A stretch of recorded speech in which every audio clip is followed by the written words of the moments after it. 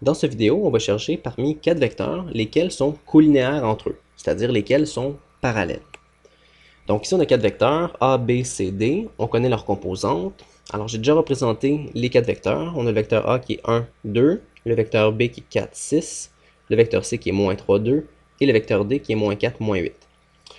Pour savoir si des vecteurs sont collinéaires, on doit être capable d'exprimer les deux vecteurs collinéaires l'un en fonction de l'autre.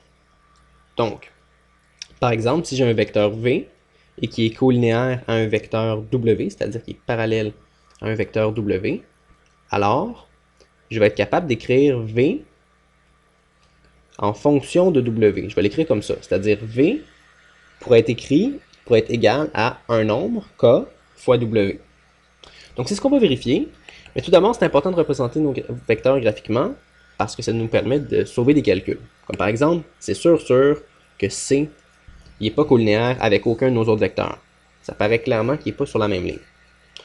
Moins intuitivement, je dirais que graphiquement, A et B ont l'air parallèles ou collinéaires, D a l'air à part. Mais on va vérifier. Donc je vais commencer par vérifier est-ce que A, est-ce qu'il est parallèle au vecteur B. Okay? C'est comme une question que je pose.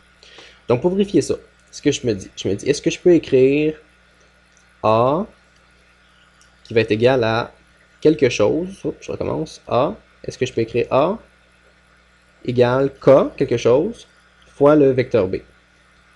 Donc, est-ce que je peux exprimer le vecteur A en fonction du vecteur B? Donc, pour faire ça, c'est simple. J'écris le vecteur A qui est 1, 2 est égal à K, quelque chose, fois 4, 6. Et là, il faut vérifier. Il faut se dire, on regarde en X et on va regarder en Y. Donc, en X, est-ce que 1 pourrait être égal à K fois 4? Bon, ben si on dit que K fois 4, ça donne 1, il faudrait que K, ça soit 1 quart. Ok, donc on va vérifier si on obtient le même K en Y. Donc en Y, on se dit, bon, il faut qu'on obtienne 2 en faisant K fois 6. Donc, est-ce que ça fonctionne? Bon, ben si j'ai K fois 6 qui va me donner 2, ben à ce moment-là, ça veut dire que en divisant par 6 de chaque côté, mon K, ce serait un tiers. Ah, donc c'est pas le même nombre. Donc je ne peux pas y trouver un seul nombre qui va faire en sorte que le vecteur A, que le vecteur B multiplié par ce nombre-là, va donner le vecteur A. Donc c'est impossible d'exprimer le vecteur A en fonction du vecteur B ou l'inverse. Alors A et B ne sont pas parallèles. Non. Donc je vais faire le même raisonnement pour les vecteurs B et D. Je vais essayer B et D. Est-ce que B est parallèle au vecteur D? Donc, c'est-à-dire, est-ce que je peux écrire le vecteur B en fonction du vecteur D? Alors, je l'essaye. Le vecteur B, c'est 4, 6. Donc, est-ce que je peux arriver à 4, 6 en multipliant le vecteur D par un nombre? Le vecteur D, c'était moins 4, moins 8. Donc, je fais encore le même essai. Alors, je regarde en X, je regarde en Y. En X, je me dis, est-ce que je peux arriver à 4 en multipliant moins 4 par un nombre? Bon, moins 4 fois quoi donne 4? C'est moins 1. Donc, mon nombre, ça devrait être moins 1.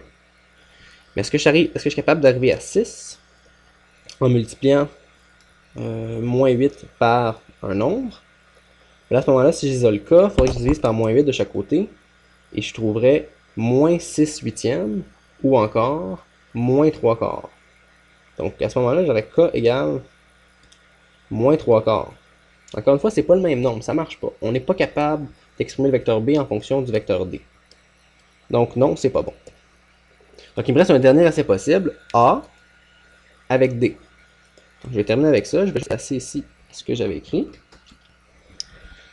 Continuer avec A et D.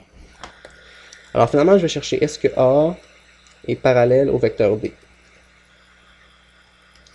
Donc, est-ce que je suis capable d'écrire A en fonction du vecteur D? Ou l'inverse, ça ne dérange pas.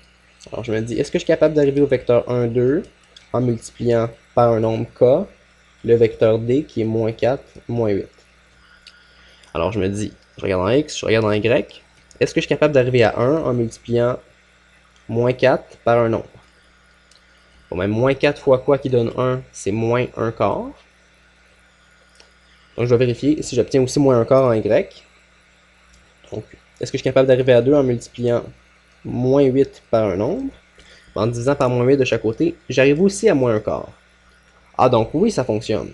Parce que je suis capable de dire le vecteur A, c'est moins 1 quart fois le vecteur D. Donc oui, c'est possible. A, c'est moins 1 quart fois le vecteur D. Donc, oui, ils sont colinéaires.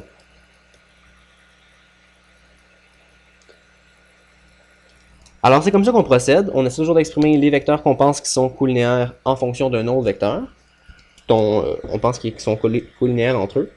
Et si ça fonctionne, si on est capable de trouver un seul nombre, qui, en multipliant un vecteur, on obtient l'autre, alors ils sont colinéaires entre eux. Sinon, ils ne sont pas colinéaires.